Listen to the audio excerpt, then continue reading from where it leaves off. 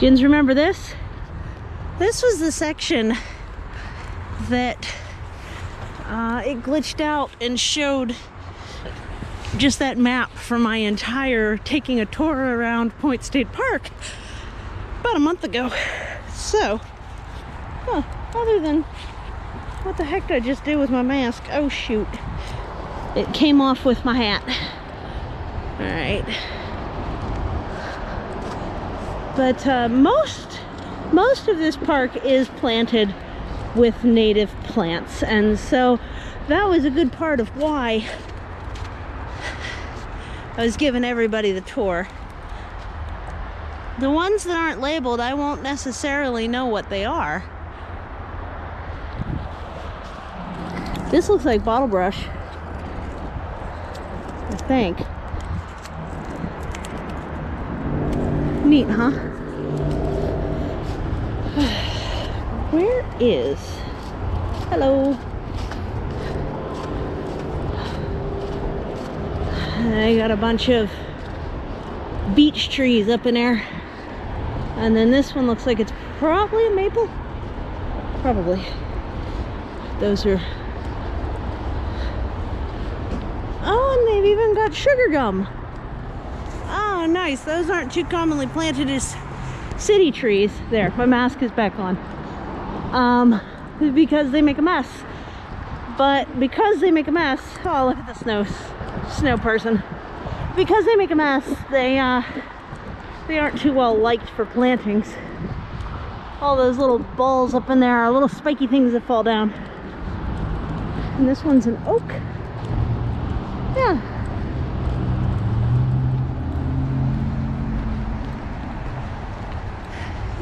Yep.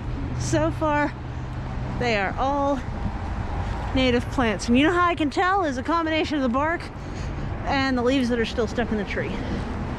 That's how I can tell. And seeds that are still stuck in the tree, if applicable. So we got a big freight train going by. Ooh, that's the fast line. It goes by a lot faster on the other line of the rail. This is a pond sort of situation when it's not snowing during the warm season. And then there's this little people. So last time I showed you that map just out there, and then I rode around and I had video of me riding on my bike the whole way around this loop. However, when I processed the editor, it held a still screen on the map for the entire clip of me going around here. So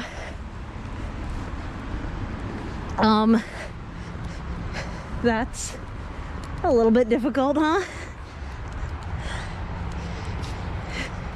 And then you got to see me ride up here and across.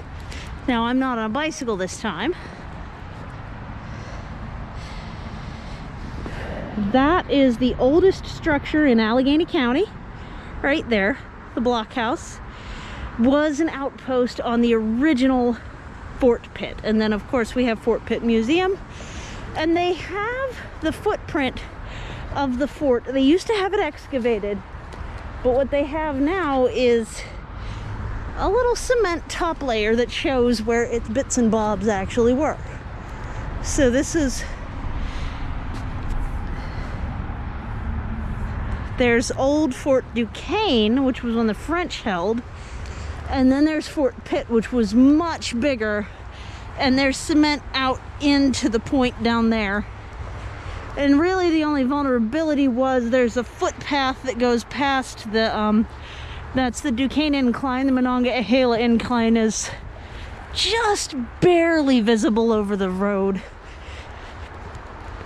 But there used to be a footpath the whole way down here, and then they added stairs, but then eventually the stairs went.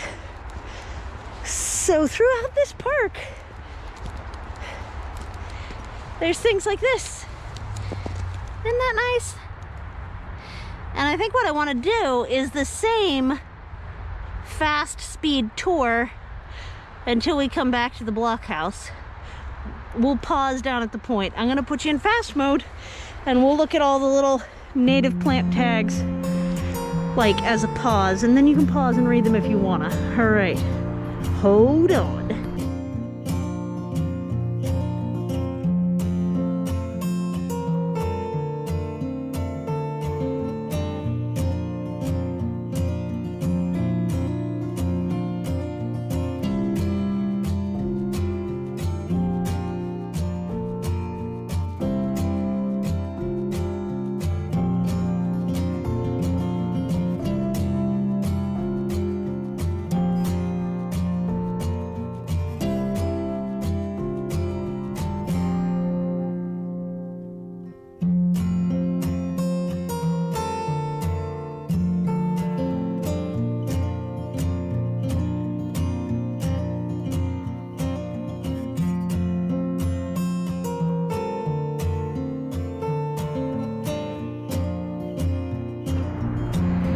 This is a good time to come back to normal speed. This is the actual point.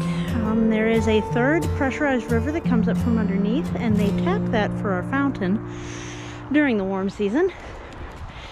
Technically this is closed, but also technically this is Pittsburgh and no one cares about stuff like this. I'm gonna go down and get a closer look of all around.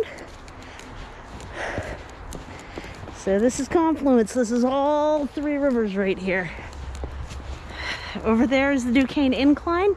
The longest continuously running incline of its sort is actually the Monongahela down there. This one went up for historical restoration, and it looks like a Dickens novel inside. It's amazing and very worthwhile seeing if you ever happen to visit Pittsburgh. It's right, let's see, the building right here is where you get on, and then the trains take you up and down. They actually have a conductor at the top, rings a bell. Very elderly gentleman at the bottom. Bring cash. Round trip is going to be $5. I like to go up, walk across the top, it's about a mile, and then catch the incline down and go to dinner. There's a parking lot here. It's not free anymore, it used to be. And so I'd catch that up, I'd walk the whole way across, then I'd catch the Monongahela incline back down, go to dinner at Station Square, the old train station over there, and do the reverse. It's very, very, very fun. But yeah, can't really beat this. This is the most dramatic entrance to a city. Consistently ranked that, because how could it not be? On the other side of this frickin' mountain, it's like just woods. You'd think you're in the middle of nowhere, and then you go through this tunnel and boom, there's the city in front of you. It's really cool. It's really cool. I mean, it literally never gets old, and I've been here my whole life. We ended up with a seagull population starting about a decade and a half ago. And these are all descended from one pair, so I'm sure they're getting a little messed up genetically at this point. But yeah, look at this. There's the Allegheny. That's the Ohio. And this is the Monongahela going that way. And the fountain that taps the fourth river, which is an underground aquifer. It's not technically a river, it's an aquifer. So, I don't know. I love this view, so I thought we'd slow down for it. And then we can speed back up and look at the plant labels in fast motion again. See? Look. There go the trolleys going up and down. Someone rang the bell, and the two trolleys trade places, and it's just a wooden bench around the whole outside edge. Beautiful wood carvings inside. Everything's original. The Monongahela is more of a commuter one, and it's still operating as fully integrated with our public transit, whereas this one's more of a historical landmark type of, for fun type of thing. but you can use your public transit tags to ride it.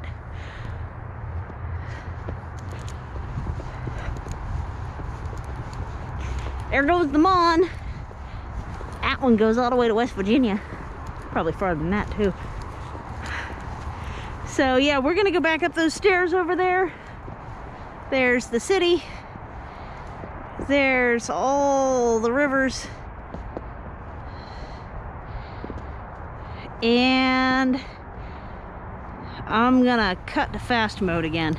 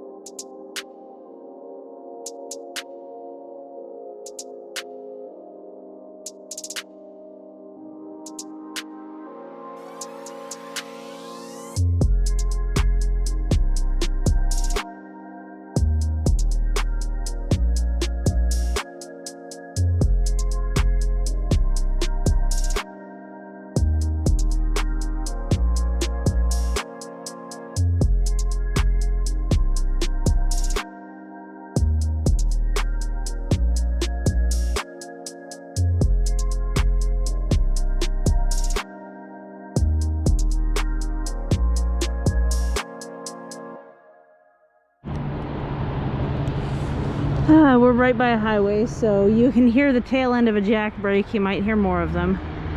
I can't read that sign from here, nor the one across the way, like in between the... Maybe if I put my glasses on. They've been fogging up because of my mask, so I hadn't.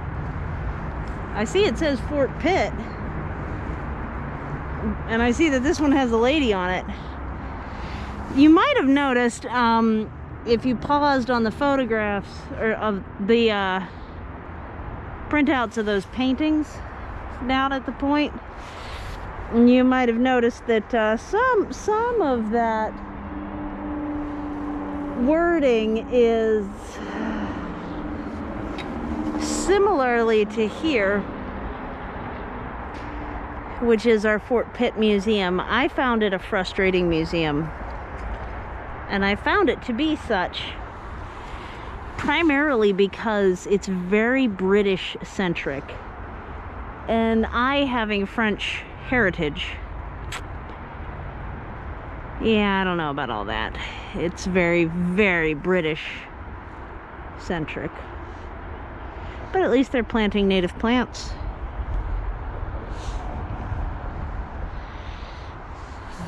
These are Ilex species, winterberry, as you can see, all around, an earlier variety. I'm having trouble figuring out what's in the middle of those plants there, but this here, it probably says on that plaque, we can't quite read from here, is indeed the oldest original structure of Pittsburgh.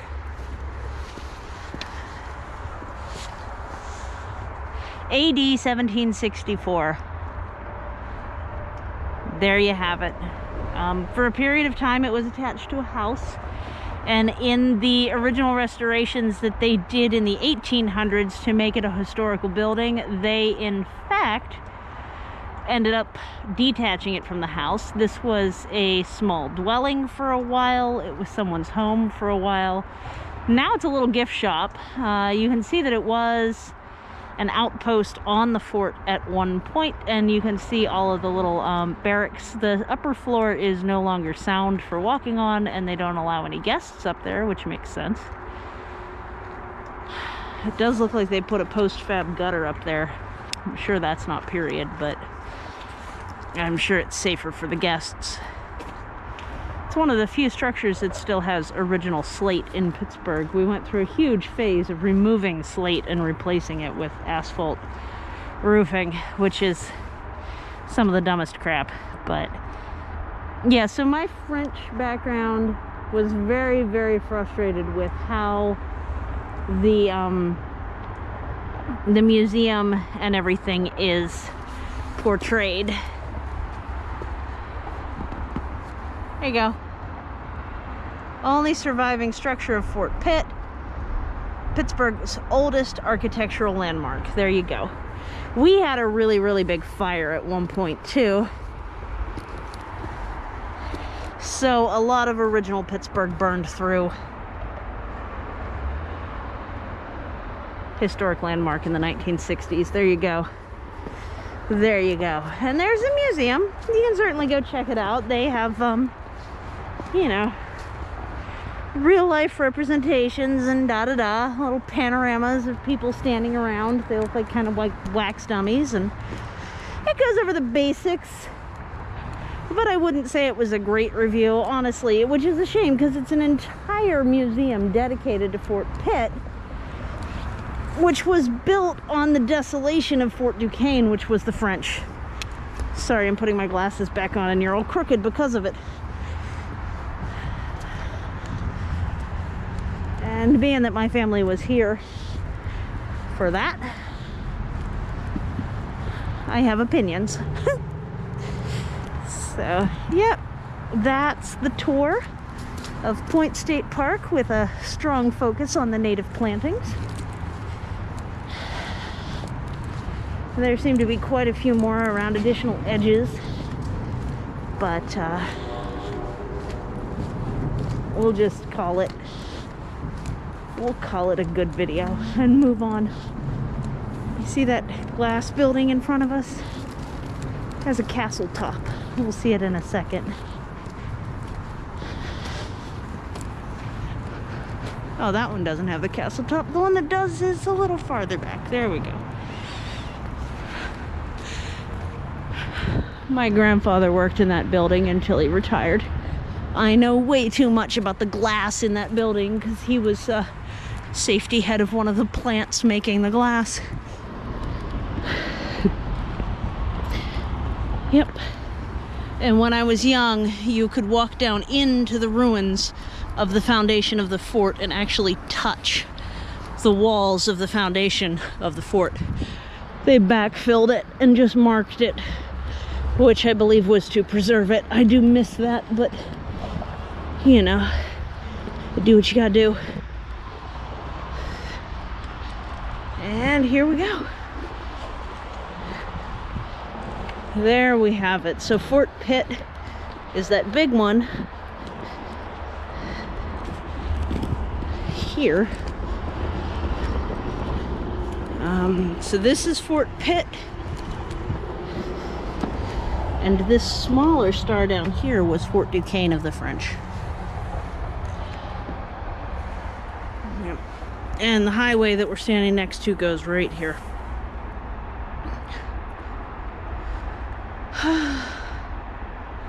Doesn't seem to say. I bet you this is the blockhouse, but it doesn't seem to say. It's kind of hard to tell. But the blockhouse is some portion. Would have to be around here. It might be one of these, but it's a bit difficult to say. Yeah. There you have it.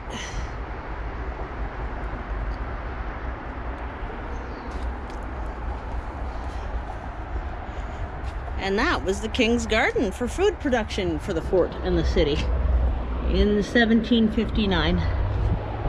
There you have it. All right, well, I hope you enjoyed, and I hope you're as happy as me to see so many native plants. Like there's a redbud. Here's another beech tree. Quite a few beech trees here.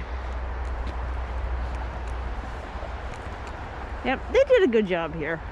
I saw a tulip poplar back in the park too, so that was also nice to see. Yeah, all right, well, thank you so much for visiting the city that is near the cliffside. And this is definitely permaculture. Native plantings in city property. All right, take care. Bye.